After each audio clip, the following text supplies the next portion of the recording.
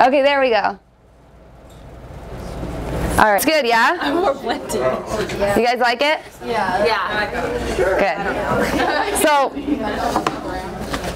you know, when I look at pictures, I always wonder about people's smiles. And I wonder why some people look happier than others. And when I look at this, I wonder about all of you. And I wonder how you feel about yourselves. Because high school and being a teenager is rough. I know. Because those years were rough for me. And on the outside, my life seemed perfect. I seemed really happy. I always wore a smile on my face. But personally, they were very rough for me. You know, I was a cheerleader, I got straight A's, I was your typical honorable high school student. I could afford to ditch a class here and there.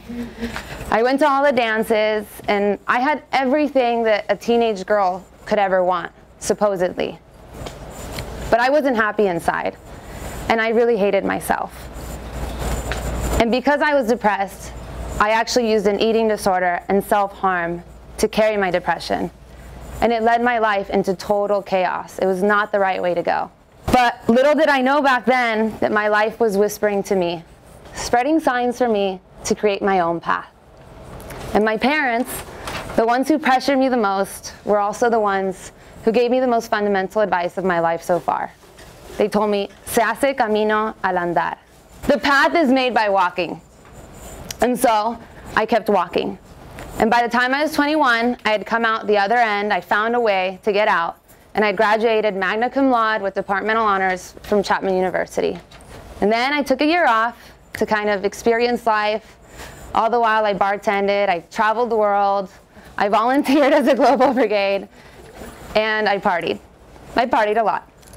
So that's something you have to look forward to in college. So one of the signs that I'd overlooked when my life was in chaos had come to me in the form of a mentor in college, Dr. Shari Kuchenbecker, who Seth also knows her. She introduced me, or us I think, to something called positive psychology. It's a branch of psychology that focuses on mental wellness rather than mental illness. And I thought, studying happiness sounds pretty awesome. So I took like a fish to water. As I learned about positive emotions, flow, living authentically, and the importance of relationships in your life, I began applying it in my own life, and I felt a complete transformation.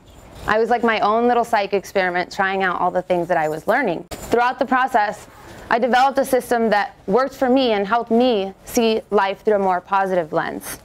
And little by little, I regained control of my life. I learned that by living authentically, you are accepted for who you are, you're validated for who you are, and you are liked for who you are.